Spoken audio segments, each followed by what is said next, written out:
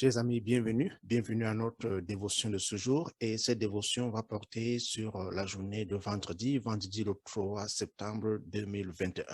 Et aujourd'hui, nous allons lire un passage biblique comme d'habitude. Nous allons également l'expliquer un tout petit peu avant de prier. Pour tous ceux qui se joignent à nous pour la première fois, je vous dis bienvenue et que le Seigneur vous bénisse tous. Et pour ceux qui ont été avec nous depuis le début de ces dévotions, je sais que le Seigneur opère des grandes choses dans votre vie.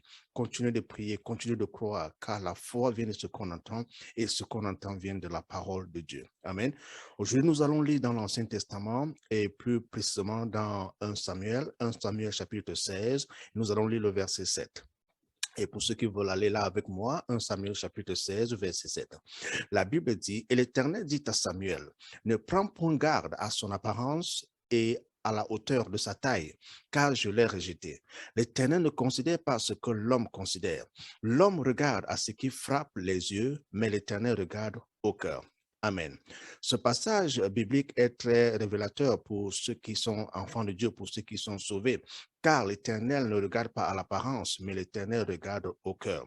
Lorsque l'Éternel regarde au cœur, il veut s'assurer que ce cœur est disposé pour lui, ou alors ce cœur peut être utilisé pour sa gloire. Est-ce que l'Éternel peut nous faire confiance? Donc, il regarde à notre cœur pour voir s'il peut nous faire confiance et pour voir également si nous sommes prêts à le servir.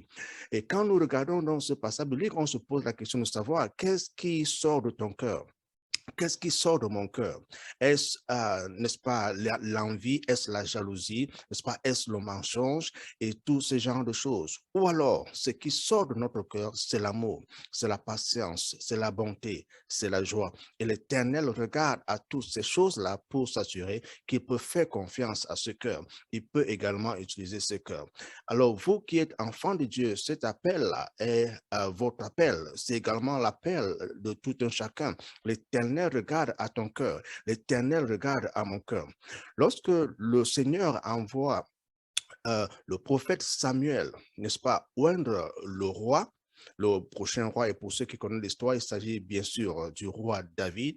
Qu'est-ce qui se passe? Le prophète risque de commettre une erreur parce qu'il regarde à tous les enfants de Jessé. Il regarde par exemple à Eliab.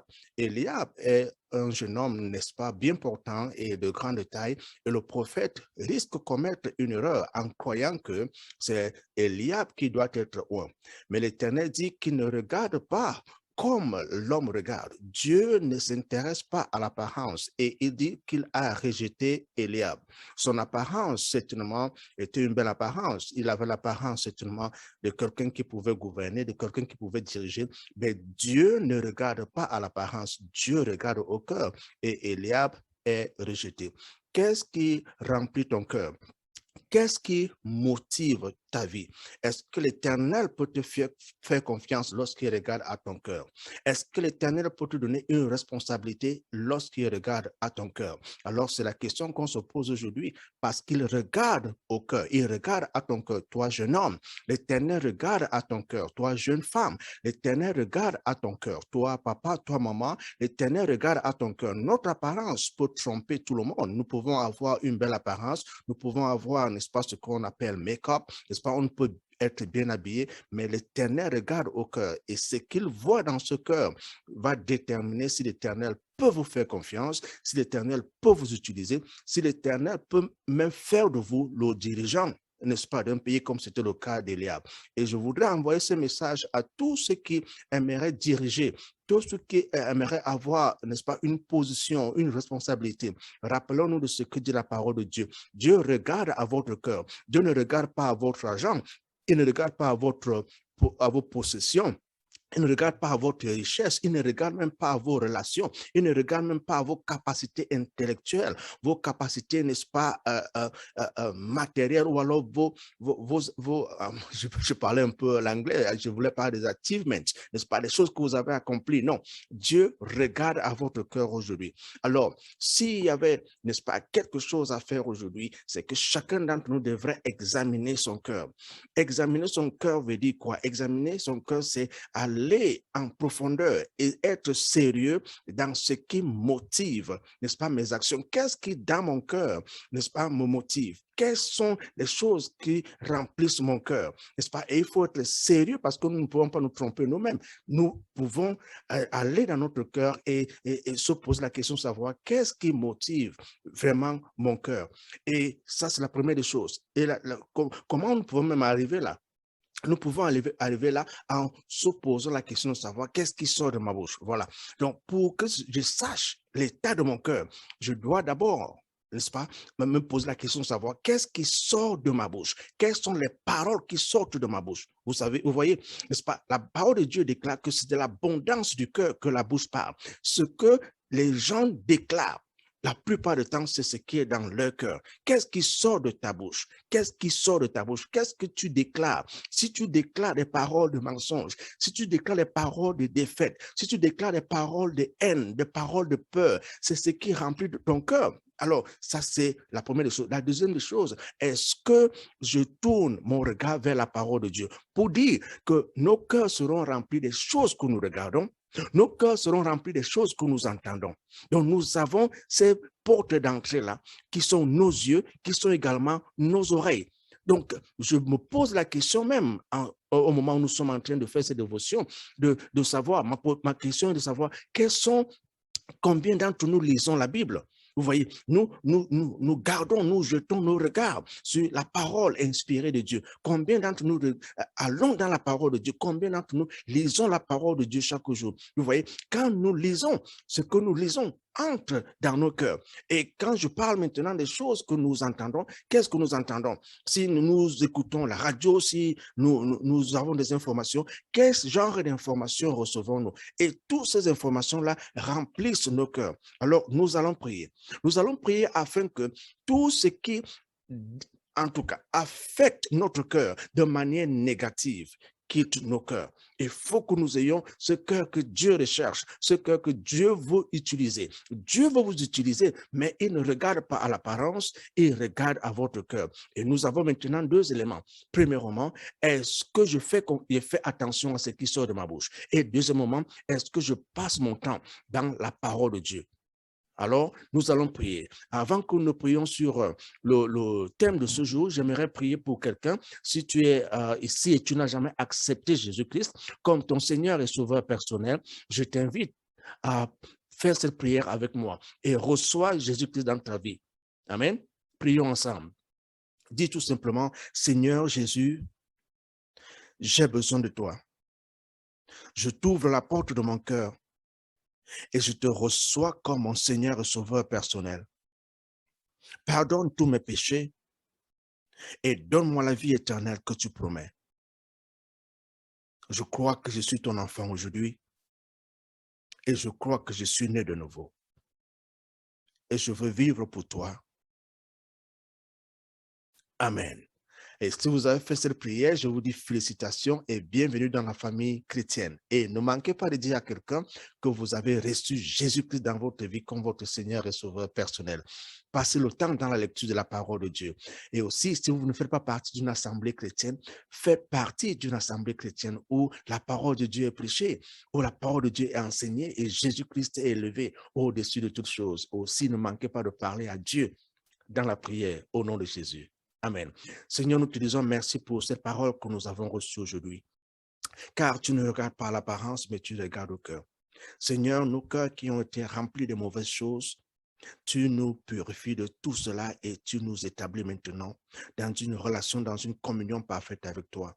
Car l'œuvre accomplie de Jésus-Christ nous donne maintenant la grâce, la capacité, le courage de venir vers toi et recevoir de l'aide quand nous sommes dans le besoin, au nom de Jésus.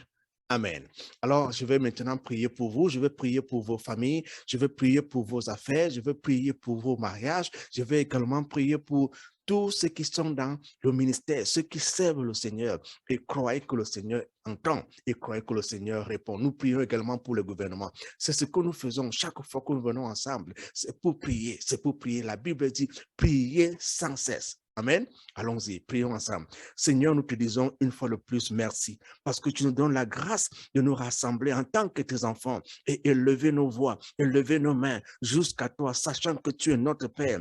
Tu nous réponds chaque fois que nous t'appelons. Et en ce jour, Seigneur, tu nous réponds même sur les sujets que nous t'évoquons. Il y a des sujets dans nos cœurs que nous ne parvenons même pas, Seigneur grand Dieu, à faire sortir de nos bouches. Mais tu as déjà vu ces sujets, mais tu nous invites en disant, demandez et vous recevrez. Et Père, au moment où nous demandons, il y en a qui ont besoin de santé. Seigneur, que l'onction de santé, l'onction de la guérison touche tes enfants là où ils sont en ce moment. Au nom puissant de Jésus-Christ. Au nom puissant de Jésus-Christ. Que toute maladie qui touche ton corps, toute maladie qui se trouve dans ton corps commence à quitter ton corps. Au nom puissant de Jésus. Sois guéri de cette douleur. Pose ta main là où tu sens le mal. J'envoie la parole de guérison sur ton corps et j'enlève cette douleur. Je te sépare de la maladie. Je te sépare de la douleur.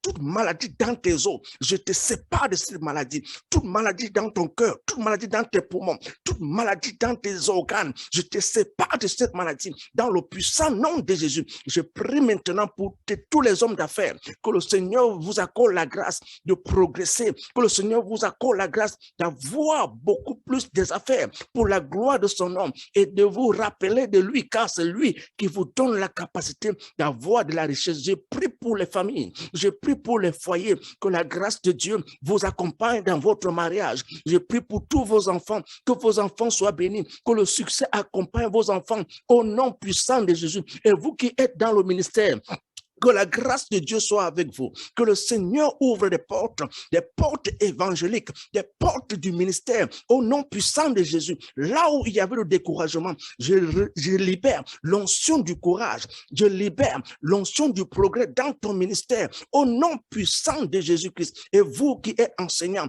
enseignantes, je prie pour vous. Je prie pour vous afin que le Seigneur continue de vous fortifier dans cette tâche. Je prie pour tous les gouvernements du monde. Je prie pour la sagesse de Dieu dans la vie de tous ceux qui dirigent et que le Saint-Esprit entre et commence à transformer la vie de tous les dirigeants. Quand je prie au nom puissant de Jésus-Christ, dans le puissant nom de Jésus-Christ, vous qui écoutez ces prières maintenant, là où tu es, tends ta main.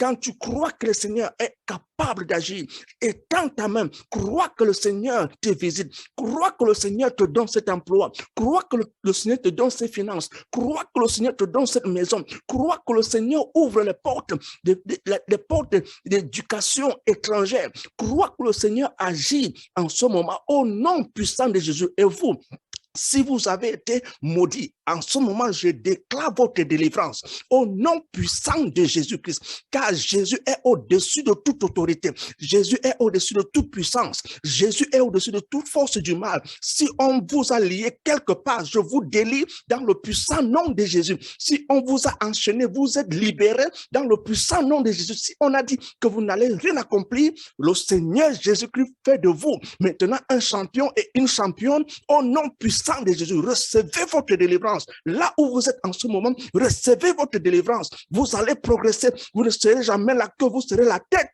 Au nom puissant de Jésus-Christ. Et je déclare, je décrète au nom de Jésus que vous êtes libérés.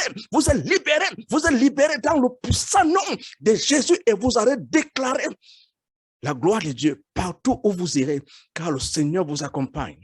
Au nom puissant de Jésus. Amen. Bien-aimés, merci d'avoir été des nôtres et continue de croire, continue de prier, ne te lasse point, car Dieu est à tes côtés. Il ne va jamais nous abandonner, il a promis. Que le Seigneur bénisse. À bientôt. Au revoir.